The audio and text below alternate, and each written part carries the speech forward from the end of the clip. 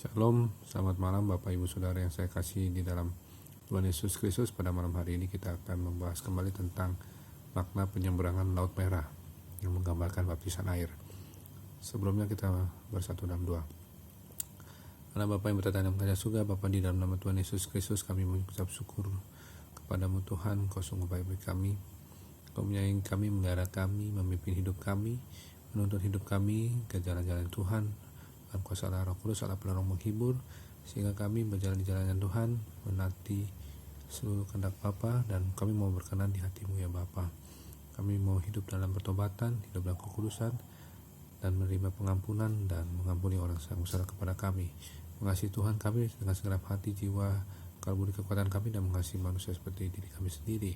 Kami mau hidup dalam kejujuran, kami mau hidup dalam takut akan Tuhan, kami mau hidup dalam kekudusan, bikin perbuatan. Terima kasih Tuhan, Kau meluputkan kami dari segala roh-roh jahat, roh kematian, roh dunia, roh mati, roh santet, sihir, tenung, tumbal guna, roh maut dan kalian maut, roh mereka juru maut, roh segala penyakit apapun, termasuk COVID-19, varian apapun, varian mutasi baru apapun, dipatahkan dengan kuasa darah balas Tuhan. Varian kombinasi dipatahkan kuasa dengan balas Tuhan.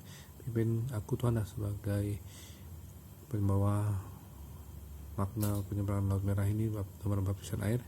Biar urapi Tuhan Allah Roh Kudus, urapi aku dan menyampaikan pesan-pesan Allah Roh Kudus menjadi rema bagi kami semuanya di dalam nama Bapa, Anak, dan Roh Kudus, dalam nama Tuhan Yesus Kristus kami bersyukur dan syukur. Haleluya, amin. Ya, kemarin kita sudah bahas ya tentang makna penyeberangan Laut Merah. Udah 3 yang kita bahas ya. Yang pertama saya ulangi lagi, Laut Merah memisahkan bangsa Israel dari Mesir. Artinya baptisan air memisahkan kita dari dunia. Yang pertama. Yang kedua, Laut Merah melepaskan mereka dari ikatan. Artinya baptisan air mematahkan banyak ikatan dalam kehidupan ketiga. Yang ketiga, Laut Merah mematahkan kuasa Firaun atas mereka. Jadi baptisan air mematahkan kuasa iblis dalam kehidupan kita.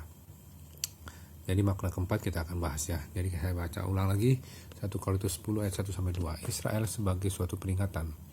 Aku mau supaya kamu mengetahui saudara-saudara bahwa nenek moyang kita semua berada di bawah pelindungan awan, dan bahwa mereka semua telah melintasi laut.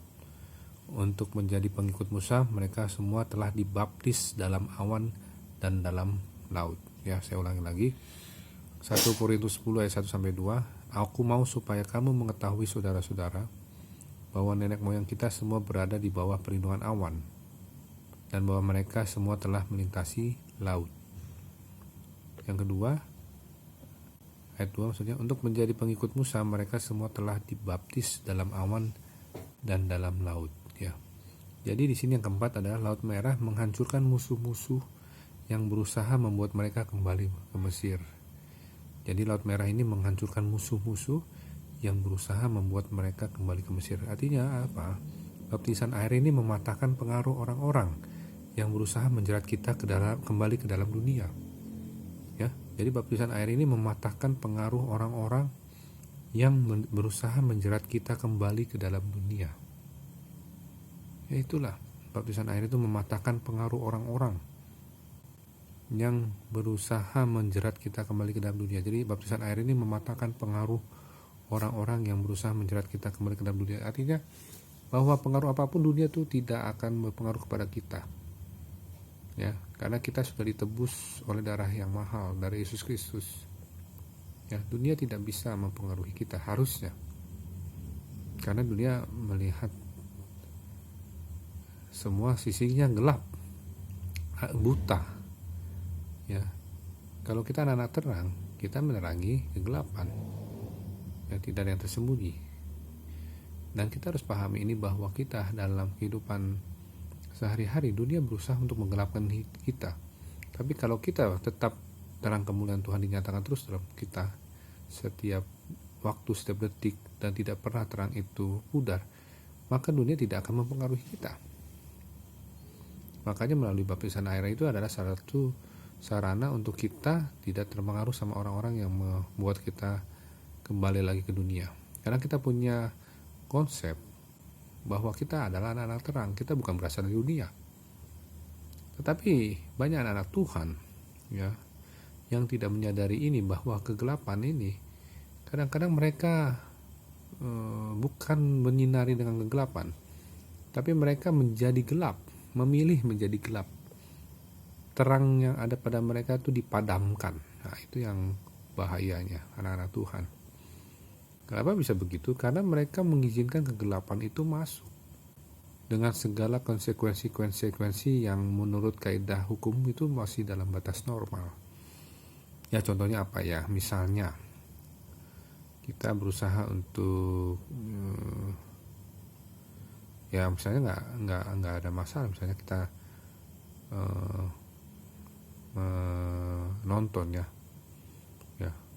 menonton film-film dunia, itu berusaha untuk membuat kita jadi jerat jadi nonton film dunia. Jadi sisi gelap pesan-pesan yang ada di dalam film itu misalnya ada ya, itu bisa terpengaruh ya, kecuali kalau film-film tentang film-film kerohanian mungkin ada makna-makna yang memuatkan iman ya. Tapi kadang-kadang film-film dunia yang bukan film rohani, bukan kadang-kadang yang selalu ya, membuat kita menjadi pikiran kita jadi gelap ya. Contohnya lagi kalau misalnya kita mungkin ya bergaul ya, misalnya ya bergaul nggak apa-apa kan, kita yang penting nggak pengaruh. Ingat, kita nggak boleh sesat ya. Masa pergaulan itu kalau kita misalnya terang tapi di tengah-tengah kegelapan itu, kita memang bisa menerangi mereka yang gelap ya dengan kuasa Roh Kudus. Tapi kadang-kadang ya ada orang-orang tertentu yang memang bergaul dengan orang yang salah, lama-lama terangnya pada dia pudar padam, lama-lama menjadi gelap karena jerat-jerat pengaruh-pengaruh dari mereka itu yang mengatasnamakan kekinian, mengatasnamakan kemewahan, kemegahan, kehebatan ya, kemodernan itu. Sisi-sisi dunia itu, sisi dunia itu tidak akan membahas tentang kekudusan, tidak membahas tentang kepedulian akan sesama ya, menolong orang lain ya, menyumbang, bersedekah ya, maksudnya memberikan perhatian ya, membantu. Karena dunia ini cenderung untuk supaya mewah, canggih, terpandang ya, dipandang orang, tidak direndahkan ya, dianggap kaya, dianggap hebat, dianggap ganteng, cantik dan sebagainya. Itulah istilah-istilah dunia. Jadi pengaruh-pengaruh inilah orang-orang ini akan berusaha menjerat kita. Karena bagaimanapun juga kita ini bisa ditipu atas nama sisi-sisi dunia yang modern ini ya, yang canggih, yang hebat ya, semuanya serba hebat, futuristik, hal-hal yang sifatnya luar biasa teknologinya ya. Itu hati-hati, bukan teknologi salah, hati-hati. Teknologi tidak salah kalau kita bisa mempergunakan untuk sarana kemuliaan nama Tuhan. Tapi bisa aja ya teknologi ini menjadi idol ya. Makanya itu sangat sulit sekali ya untuk membedakan ini ya. Makanya kita harus benar-benar bijaksana ya, menggunakan semua yang menjadi kecanggihan dunia ini. Jangan sampai kita menjadi jauh dari Tuhan, kita menjadi orang-orang yang dualisme ya. Misalnya memang percaya Tuhan juga percaya kepada idol. Nah, itu firman Tuhan bilang kau tidak bisa mengabdi kepada mamon ya, kepada Allah dan apa atau mamon, bukan dan atau, tidak bisa mengabdi kepada Allah atau mamon. Jadi salah satu, nggak bisa dua-duanya. Artinya kita kalau misalnya anak Tuhan tidak bisa mengabdi kepada dunia ya. Jadi itu yang menjadi baptisan air ya, sebagai hal-hal yang utama dalam kehidupan orang percaya. Jadi kita harus benar-benar sadari bahwa kita sudah ditebus oleh Tuhan. Tuhan Yesus sangat menyayangi kita. Kita meniru teladan hidupnya supaya kita hidup tidak berbuat dosa. Kalau sudah berbuat dosa, jangan berbuat dosa lagi ya. Gak boleh jatuh bangun dosa, gak boleh tobat kumat nanti hari Minggu perjamuan kudus minta pengampunan dosa, gak bisa. Kita tidak boleh sengaja lagi berbuat dosa, karena kalau sengaja kita berbuat dosa, kita tidak bisa mendapat pengampunan korban lagi ya. Pengampunan, karena itu gak boleh mempermainkan Tuhan ya. Kita gak boleh sengaja berbuat dosa. Kita harus berusaha untuk hidup dalam kebenaran, kekudusan, hidup tanpa dosa, tanpa dunia, dan tanpa keinginan daging hawa nafsu. Amin. Mari kita satu dalam doa. Bapa surga, terima kasih Kau sungguh baik kami bersyukur untuk rema pada hari ini, malam ini. Biarlah kami Tuhan terus hidup seturut kehendak Tuhan, hidup tidak pengaruh oleh dunia, walaupun memang ada kecanggihan teknologi dan sebagainya. Biarlah kami diterangi oleh tuntunan Roh Kudus supaya kami tidak terjebak untuk menjadikan itu Tuhan menjauh dari Tuhan. Dan kami percaya Tuhan, Engkaulah tetap keselamatan kami, bukan teknologi keselamatan kami, tapi Engkaulah tetap keselamatan kami Tuhan Yesus. Dan Engkaulah tetap yang menuntun hidup kami sampai kedatangan kedua kalinya. Engkau menjemput kami dalam awan menyongsong Tuhan, terangkan dalam awan menyongsong Tuhan di angkasa, dan kami bersama Tuhan, bersama Tuhan. Berkati kami pada tidur malam ini, bangunkan besok kami besok jam 4 pagi atau jam 5 pagi untuk melakukan saat teduh. Kami mohon Allah Roh Kudus menguasai alam sadar bawah sadar kami dalam tidur. Kami tolak roh kematian mendadak, kematian henti napas di jantung.